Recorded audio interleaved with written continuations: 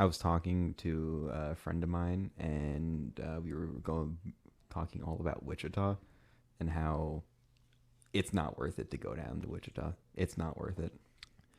Unless you have something to do, yeah. No, not really. No. The Kansas is an extremely boring state, but I think Wichita is the most like uncity city you can possibly have. Like I've never been to a city that has less stuff to do in it. It's kind of like a ghost town that made it, you know? Yeah. It's like, wait, why are we still here, guys? Why are we the largest city in the state of Kansas? Just to suffer? Yeah. But also, do you want to make it out to Herman, Missouri at one point? Herman, Missouri? Yeah, the wine country of Missouri. Oh, the wine country. Ooh. Yeah. The rolling hills. Yeah, of rolling hills and yellow school bus wine tours. Ooh. Where you get on a yellow school bus and you go around a bunch of wines and get demolished in like central Missouri. Actually does sound kind of fun, Yeah. not going to lie. Yeah, and I've also wanted to like go to the Ozarks and just get like absolutely just hammered on a boat. I've done that on a couple of river trips. Yeah. Just floating down the river, getting absolutely wasted. Well, that's different than going to the Ozarks, because the Ozarks is a person you know has a speedboat in which they'll drive it at an insane speed while you are all drunk, and the chances of dying in a jet ski accident in the Ozarks is extremely high. I was going to say, the chance of death just makes it more fun, doesn't it? Yeah, I want Half the allure. I want to get smashed and then drive a jet ski.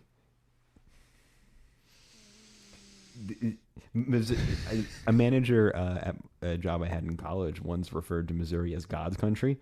And I think getting drunk and driving a jet ski on a man-made lake until you end up dying or getting pulled over by Missouri State Trooper boat police is like the most God country thing you can do. God's country, more like the land that God forgot. Yeah. Anyways, welcome back to Cleo Talk. Yeah, this is Cleo Talk. My name's Matt. I'm RC. And we have some very interesting things to talk about today. Some regional, some very local to us in Kansas City, and some national. So, almost the closest you can get to breaking news with a pre-recorded podcast, weekly podcast. Yeah. So, breaking news for probably you if you aren't a frequent browser of like Kansas news sources. Kansas politics. There is a small town just outside of Wichita, Kansas. We were just talking about Wichita, Kansas. We were, called Goddard. Now, Goddard is your regular small American town, but it had a mayor a couple of years ago who got into trouble with the law because of counterfeit zoo tickets. Yeah, it was Jamie Bluebaugh allegedly counterfeit zoo tickets. Allegedly counterfeiting tickets to the Sedgwick County Zoo. Yeah. in 2020, he had to resign, and in his place came the basis of our story for tonight, which is the life and times of Hunter Larkin, who became mayor in August of 2020. Now, Hunter Larkin is currently 23 years old. Yes. At the time, he would be 21 years old. Yes. He does accounting and human resources for a fiberglass and oil fabrication company. Well, according to his website, yeah. According to his website. Oil and gas and real estate. Yes. He is for Kansas. He is obviously a Republican. And you can go ahead and look up Hunter Larkin, Goddard, Kansas, and you can see what this man looks like. He looks very young. Also, it has some items. Kind of like a young Mike Pence. Kind of. He's got the white hair at age 21. It's not like, I guess it's blonde, but it's like white, the platinum blonde. He paid for one photo op that he uses everywhere. Like most politicians. And scroll up real quick on this. Back down. We're looking at his website right now. And what he wants to do for Kansas is improve education, lower taxes, limit government, defend the Second Amendment, protect healthcare, and protect the unborn. And then keep on scrolling down. He is trying to keep critical race theory out of schools. That's important. Yeah. We will probably talk about that later, but keep that in mind for the type of development of the psychoness of these people, whether it's as mayor or governor. But an issue that Hunter Larkin has is proofreading his website. Right there. That as your next representative, I can promise you that I will fight for just that. What? He lists like 10 things, and he's like, I'm going to fight for that. Like, which one of those? Yeah, and if you do ever go to this website, do not look at his contact information. Yeah, don't. Don't look at his contact information. Do not. But an issue that Hunter Larkin has is, as mayor of Goddard, he got popped for... Wait, does he have... Oh, those are limits. He got popped for a DUI. What was that? Do you have the date on that? Him getting popped for a DUI? Yes, I do, in fact. It is... I did. It's right here. It was... 1:26 a.m. on Saturday, and then the date is missing. On Saturday of... Good Lord. Probably 2021, yeah. November 26, 2021. Sometime in November of 2021. Yes. So he got arrested for a DUI at 1:26 in the morning. No charges have been pressed yet. But he did have to resign as mayor of Goddard, Kansas. But he stayed on the city council. Yeah. And remember, he was mayor by appointment. Yes. He wasn't elected. I don't think he was elected to council either. He was appointed to both of those roles. Yeah. Somehow. So I guess he knew somebody. So he had to resign, unfortunately. But he stayed on as council member. And there is a council member who took his place as mayor who had been on the city council for about as long as Hunter has been alive. Mm-hmm. And... Zimmerman. But just recently, within the past week... 6 days ago, 6 days ago. Okay, 6 days ago as of 1:25 when we recorded this. Yeah. Hunter facilitated a small-town palace coup. Yeah. Yeah. He convinced some city council members to appoint him, fire the mayor, appoint him mayor. Zimmerman then resigns as mayor. Hunter Larkin then takes back over as mayor of Goddard, Kansas, and then fires a well-respected and long-term city employee. And this is the guy. So the guy Zimmerman resigns in protest, and then they have a guy waiting there in the audience who they then appoint to Zimmerman's role as council member.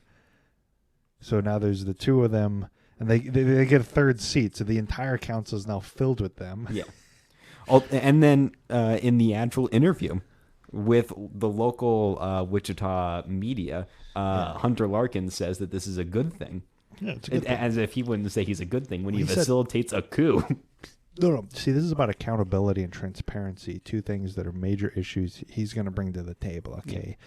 More, good Lord, accountability and transparency. Yes. Okay. Like transparently grabbing power from the or accountably being appointed to all your positions, never actually being elected to anything. Yeah.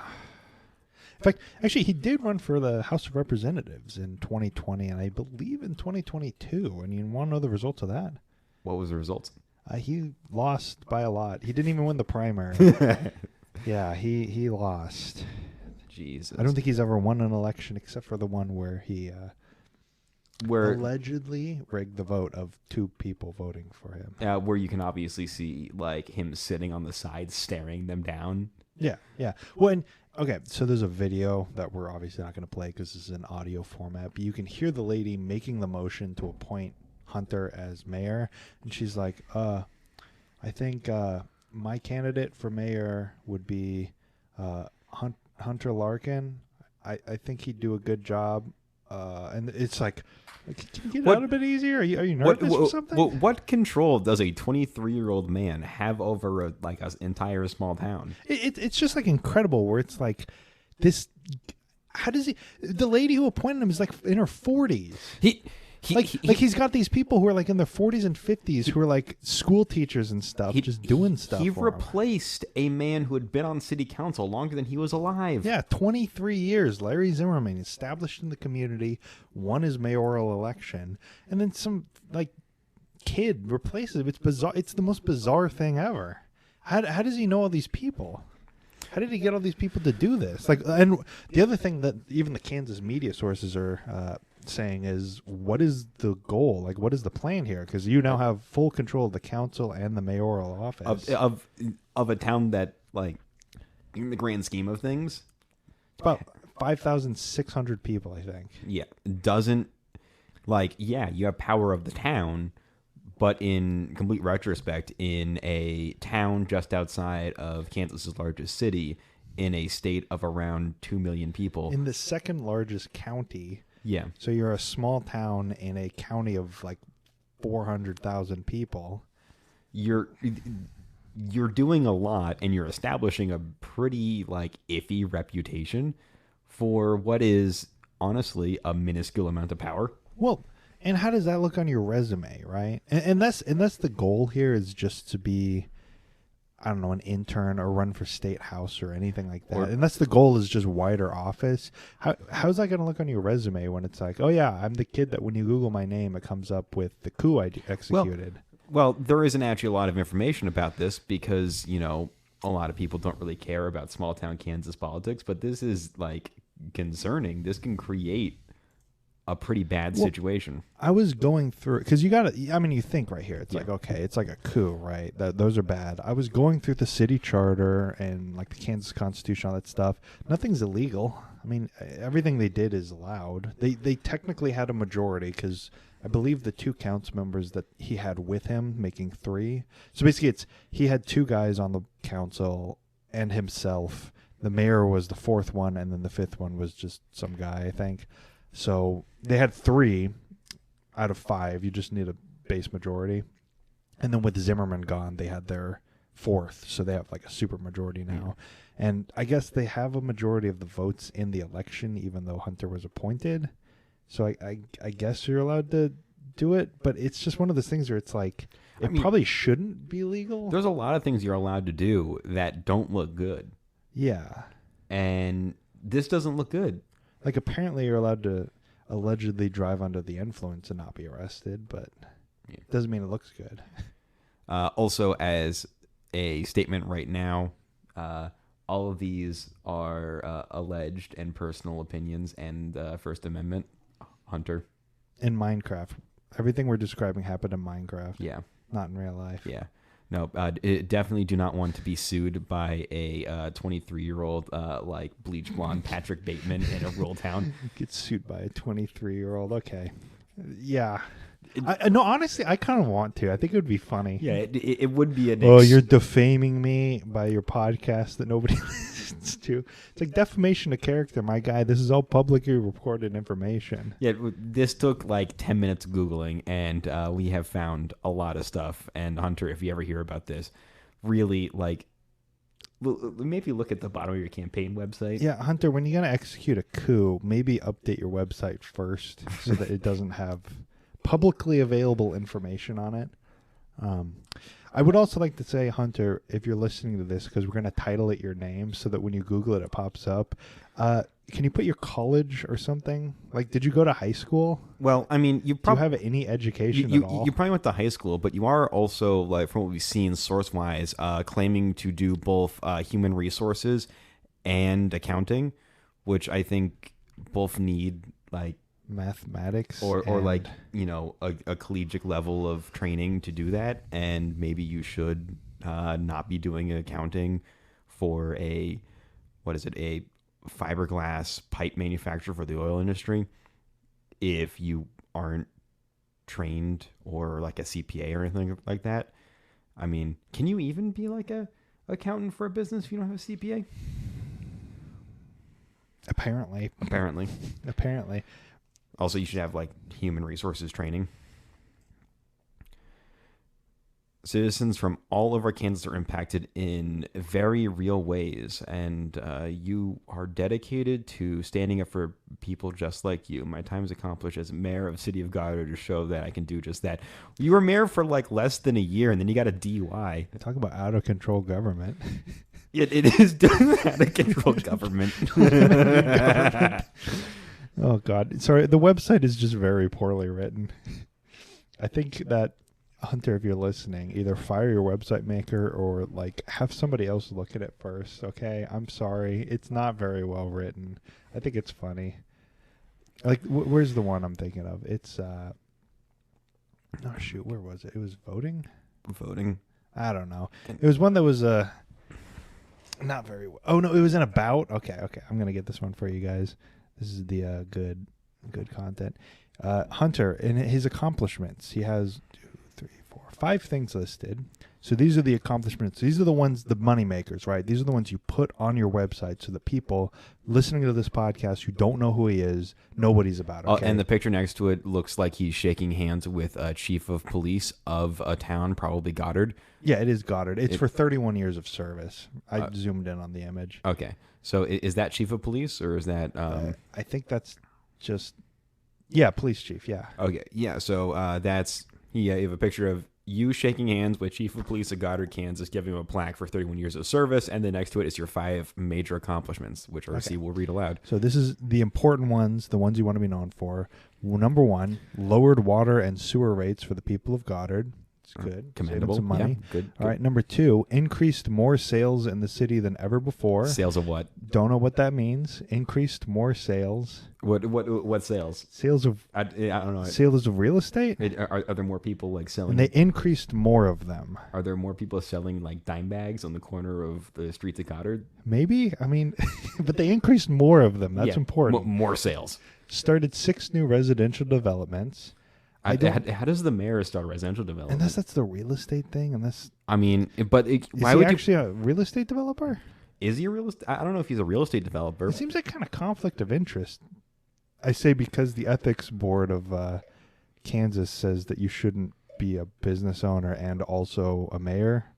Yeah, probably not. I mean, that is in the Goddard, Kansas City charter that you're not supposed to be a business owner and on the council. Well, so if you are a real estate developer, your own ethics board does say that you have to resign. Unless you are technically not the owner of, but also, I mean, because you technically are an employee or probably are an employee of the business that we found that you're on the website of.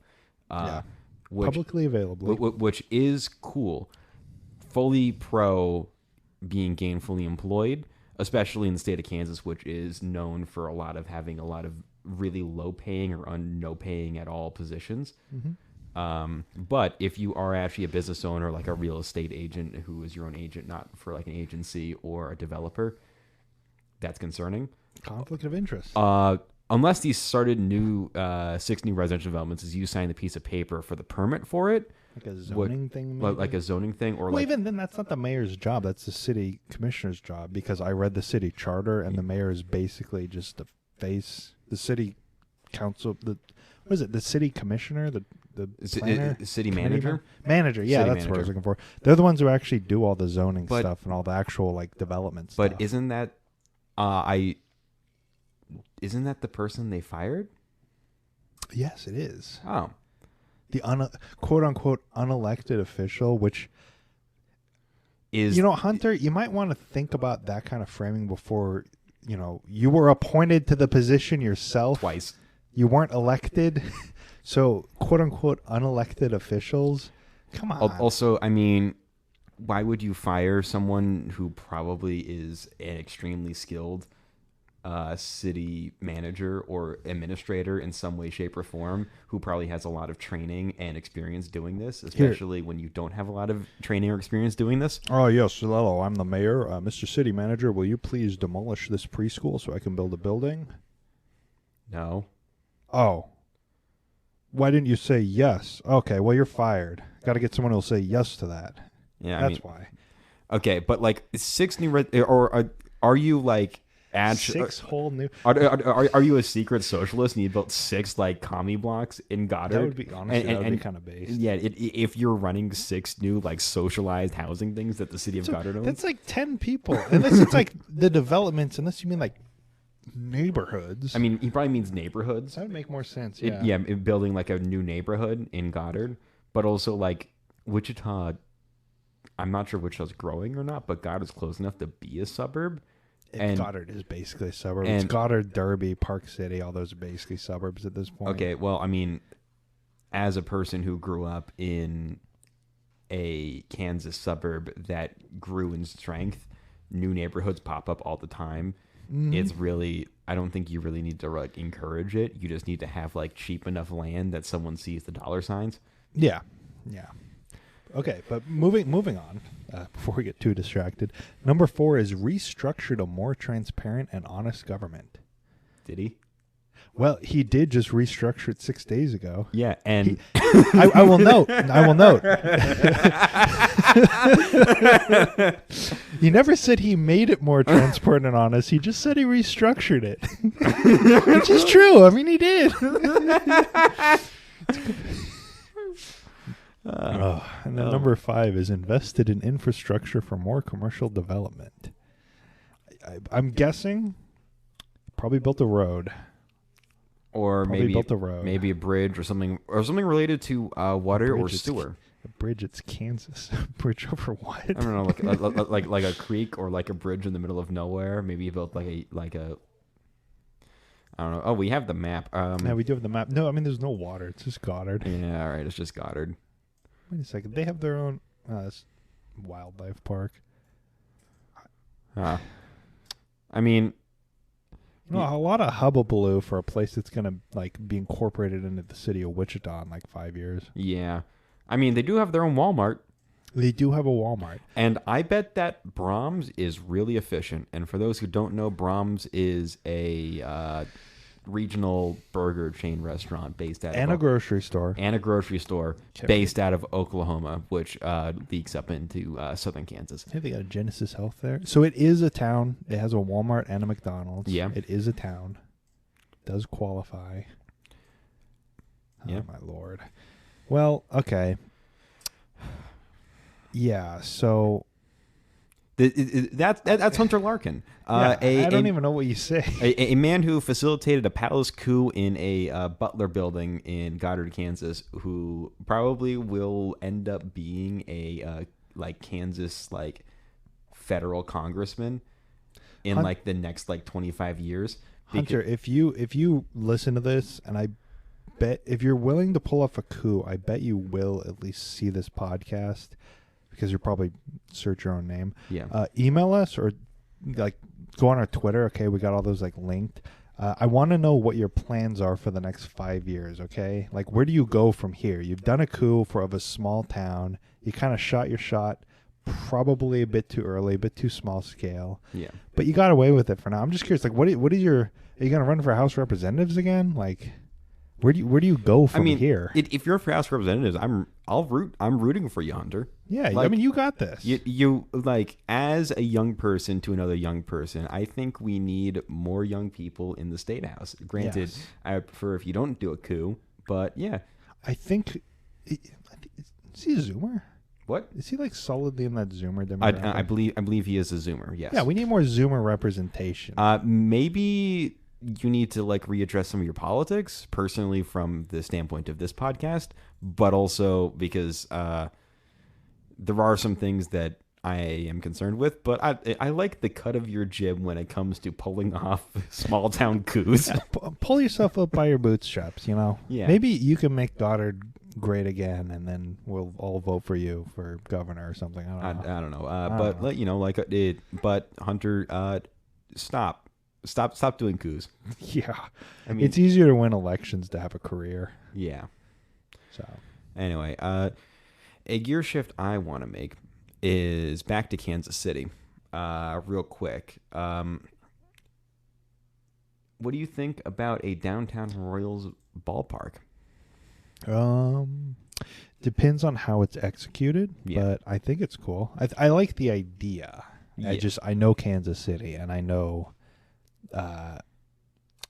execution is not necessarily will it be circled entirely in parking lots? Have we ever had a stadium that hasn't been? Yeah, Municipal Stadium. Municipal Stadium? Yeah. Oh, I don't think Municipal Stadium had parking lots around it, but also like that was torn down in what, like the 50s? Probably. Yeah. Seems like a good model to base it off of, though. Yeah. So my open letter to the Kansas City Royals in this podcast is, how about you think about redeveloping some of the land around, 18th and Vine? Yeah. There's already an MLB youth academy for urban youth going on around there. There is a baseball museum. There's a jazz museum. There is some memorials to Buck O'Neil, and it's really close by to the old Municipal Stadium. You can build a pretty good district that would also result in increasing the value of the east side of Kansas City, which needs help. Because obviously, if you look at development of Kansas City, the east side has been neglected. Also, kind of makes more sense for streetcar east-west line, because you already have the one that is theoretically going to go to Arrowhead. Yeah. So you can then get the northern one right there next to where you build it. And in the spot, or zoom in real quick on Google Maps. We're looking at Google Maps real quick. Go down. If you build it around 22nd and the Paseo, that's almost a direct line that you can go straight from Union Station to the location, which is currently, the end of our current streetcar system basically ends at Union Station. So you can have something that breaks off real quick, goes to Crown Center, which is the headquarters of the Hallmark Corporation, and goes over, crosses 71 Highway, and goes right over to, a place that could be, have a nice baseball complex in it. Yeah. I think the only problem with that would be the arguments of like gentrification or something. Here is the thing that I would like to propose that that the city of Kansas City mandates for the new Royal Stadium. They obviously want to build a complex, like an entire district. That's what they want to do. Yeah, I've seen that, especially with the weed legal. No, that was a different thing. The weed legalization is going to create that open smoking river area. That was a different thing, which also rocks. Good going. Kansas City going to have like the first like. Was that up by the river market? Yeah, it's going to be like the first like open air like smoking area. Smoking pavilion. Yeah, smoking pavilion, which can have concerts and probably like have a bunch of weed stores in it, which is sick. The thing I propose to combat displacement due to gentrification is, because you're building this district, for every housing unit you knock down, you have to replace with 2 housing units that are equal to or more in the amount of bedrooms available. They have to be low income, and you have to accept Section 8 for them. Do you think we'll ever get like rent controlled apartments and stuff here? There are rent controlled, well, not rent controlled, but there are like income restricted apartments. That's what I mean. It's like that stuff they have up in like New York. Yeah, no, they're we're going to build a giant baseball stadium, but it's not going to make the people who traditionally live in this area be suddenly priced out of the market. Yeah, I mean, there are some apartment complexes in Kansas City where there is an income limit. I just think that it would be really beneficial. That's the Belfonte. I didn't know they were headquartered in Kansas City. Yeah. Belfonte ice cream? Yeah. Oh, my God. I didn't know that. That's cool. That's another thing. Yeah. It'll be right next to it. So that is my open thing to the baseball team, is do that. John Sherman, get this guy on the line. He's got ideas. John Sherman, listen to our podcast. John Sherman. Email this to John Sherman so he can tune in. All right. Now, we heard about Hunter Larkin's trying to destroy critical race theory from schools. Critical race theory is a myth. That's stupid, and your education system should probably talk about race, because that's an extremely crucial part of American American history is did definitely talk about race. No, I don't think so. But there's one governor who thinks that that's not the case, which is Florida Governor Ron DeSantis. removed the advanced placement course covering African American studies. And this news is because the college board announced that they would reverse the course. Ron DeSantis decided that he will also remove African American studies. So wait, this isn't even about like a regular class. It's for an AP class? Yeah. Okay. But I mean, it's not like they're forcing everybody to take that. I didn't take any AP classes. But I think, AP classes, I think we should encourage. I asked it, so we should encourage history education. If you're willing to take an AP class for history, I don't know why I didn't take AP US history, but I mean, I think the option should be there if you want it. Yeah, and if you want to do it, and you actually have a piqued interest in learning history, you should have the ability to do so in your K through 12 education. And that is now removed from people who are interested in learning about, African American studies in an AP course in your high school. But there are some students that are not taking it lying down. Yeah. Okay. Yeah. No, they're going to sue. That's good. They're going to sue. Which, how do you feel about that? I mean, I feel like whenever they say they're going to sue, it's more like the parents or a law firm is going to sue, because I don't think 3 high school students have the ability to sue. But that's kind of like gnashing teeth about that. That's not really relevant. I mean, that's good. I think you should have, as much as you say parents should have control over their child's education, I think that the students should also get a say in their education. Yeah. Like, I don't think that the parents should be able to override, like, everything, because a lot of people are really stupid. And I think students should be able to say, hey, I'd like to learn more about that, because that's kind of the whole point of education. And allowing parents to control that kind of stuff is what's going to,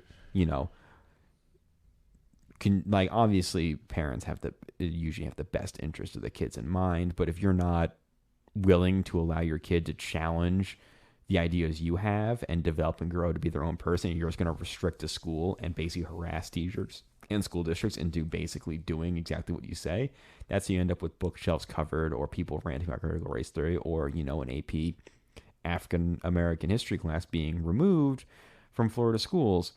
And I just think that students should have more input. Now, granted, if your input is, we should not do homework, well, okay, there's arguments you can make for that, right? There's the correct way to argue these things, but then there's the incorrect way to argue, which is you can say, like, students should have a time to relax and they shouldn't be stressed out about school at home. There should be an on and off. Yeah. That's a proper way to make that argument, right?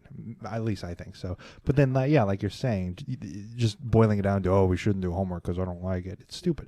Like this, you could potentially criticize the curriculum of this, like, hey, I think we should focus on this and this more.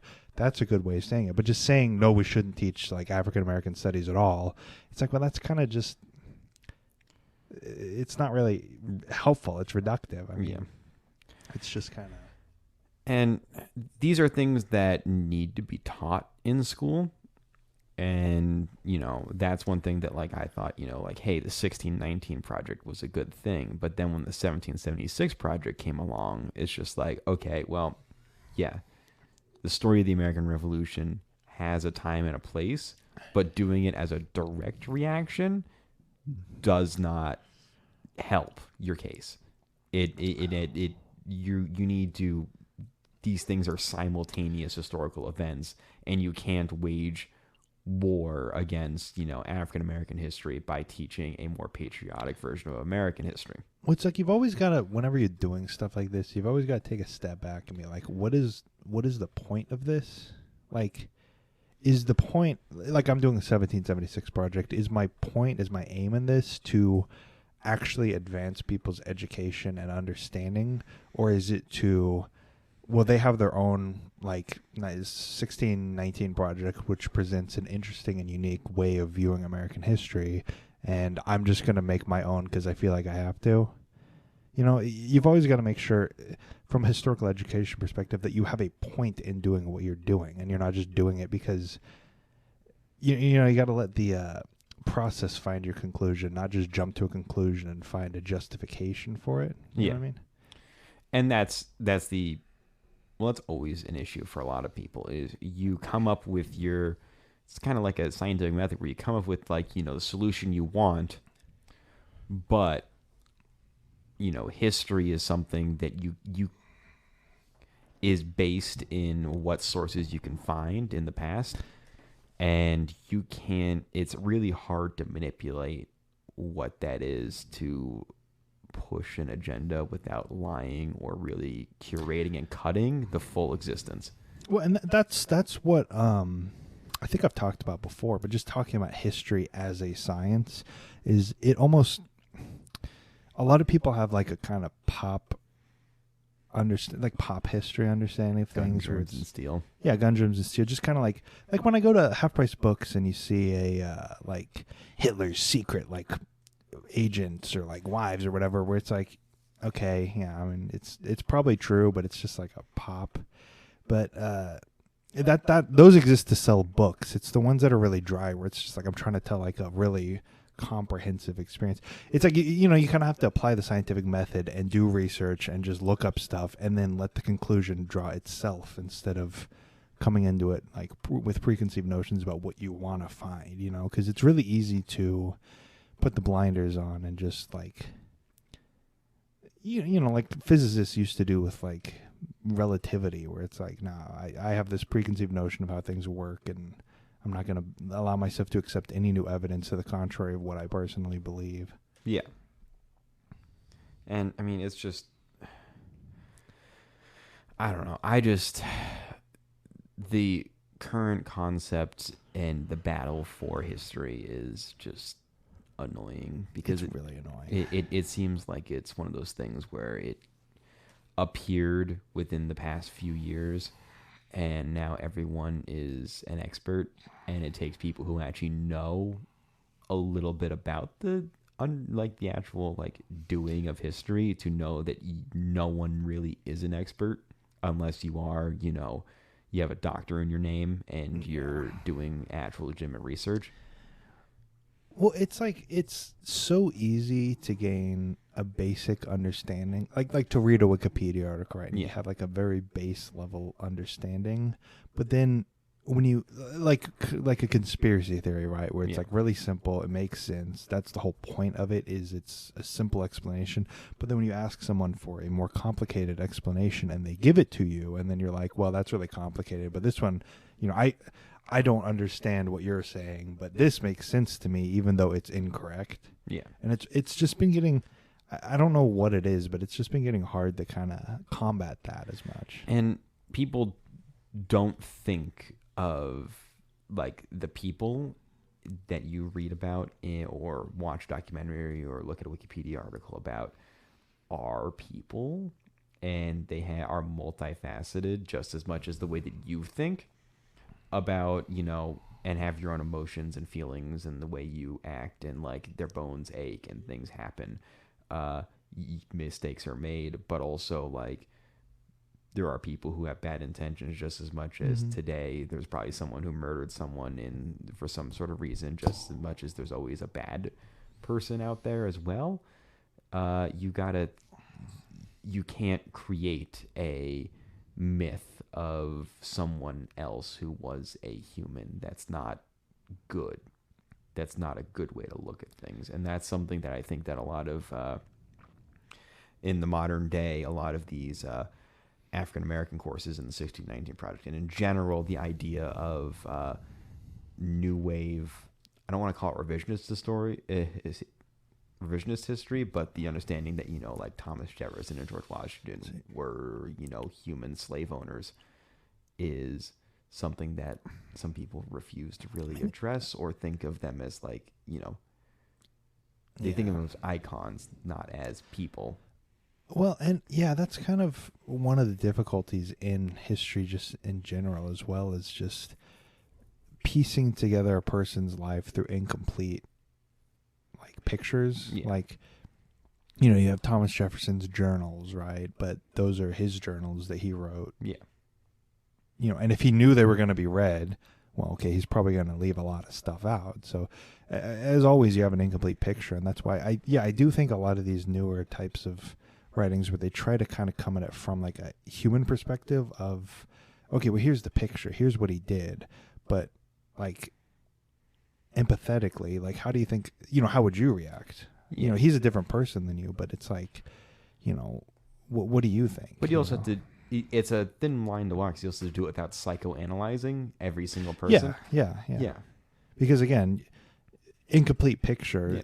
So you also don't know everything he believed. You don't know, like, I don't know. You probably don't even know what his favorite food is. No. Him being whoever. I'm not like trying to talk about one specific person. And these are the things that you need to, it isn't in the modern narrative, reading a book or, just like a pop history book or, getting mad about statues or something like that. It's a more multifaceted thought that really is never addressed because that's hard to address. Yeah. Because it is just hard when you're like national ethos and like character is structured around people who unfortunately were people and grew up in a time and made decisions that led to them being very flawed people. Yeah. And it's hard for a country to reconcile with all the people that like buildings are named after and stuff. Might not have been paragons of virtue, Yeah. But a good way to both reconcile with that and learn about your own past, especially if you are a historically repressed person, is have, the ability to take an AP class on African American history. Mm-hmm. Well, it's almost like this blowback almost makes it worse because it's like freaking like this whole article we're talking about. It's like freaking out and banning and doing this over really innocuous stuff. And it's like, okay, if we're going to have this kind of reaction to this stuff, which isn't even that like bad, all things considered, well, what about the rest of it? And it's like, that's how you almost get, I don't know. This just, I think we talked about it last episode as well. It just bums me out. Yeah. Everything feels like it's just being, have you seen that new AI stuff where it's like it makes your eyes always look at the camera for like Twitch streamers and stuff? Oh no. Yeah. So you can be like, I can be reading this article right now on my computer, but it looks like I'm looking directly at you. It's creepy. It's like we have to remove all possible facets of humanity from every single space. Like there was another one I saw too where it's it takes so I say expletive right in a movie. Yeah. And then it's for the PG-13 cut. What it does is it takes AI, like records my face, generates me saying like freaking instead of whatever I said, and has my face saying freaking instead of whatever I would have said with the mouth matching up. So it's like those censor edits, but it's creepy. It's like, can't we just have the bad dubs that are funny? Like, can't we have any form of like human touch in any piece of media we invent nowadays? Sigh at the same time. Yeah, that's the world, man. Well, anyways, on this uplifting episode of Cleo Talk. Yeah. Anyway, I think we're just about done. Yeah, we can't make this too long so Hunter will actually listen to it. Yeah. All right. Well, thank you for listening. If you're Hunter, I guess, like we can link up with your braums, I guess. No, seriously, I will. If you email us, we'll drive down and give you some campaign notes, buddy. I can rewrite your website for you free of charge. Yeah, I'll do it. We can maybe get a copy of the print signed by you. Oh yeah, that'd be fun. Yeah, yeah. So this has been Cleo Talk. I've been Matt. I've been RC. You can go ahead and follow us on Twitter at Cleo History. You can email us at cleohistorypodcast@gmail.com. And you can get this podcast anywhere that you download or listen to podcasts at. Yeah. All right. Thank you. See you next time.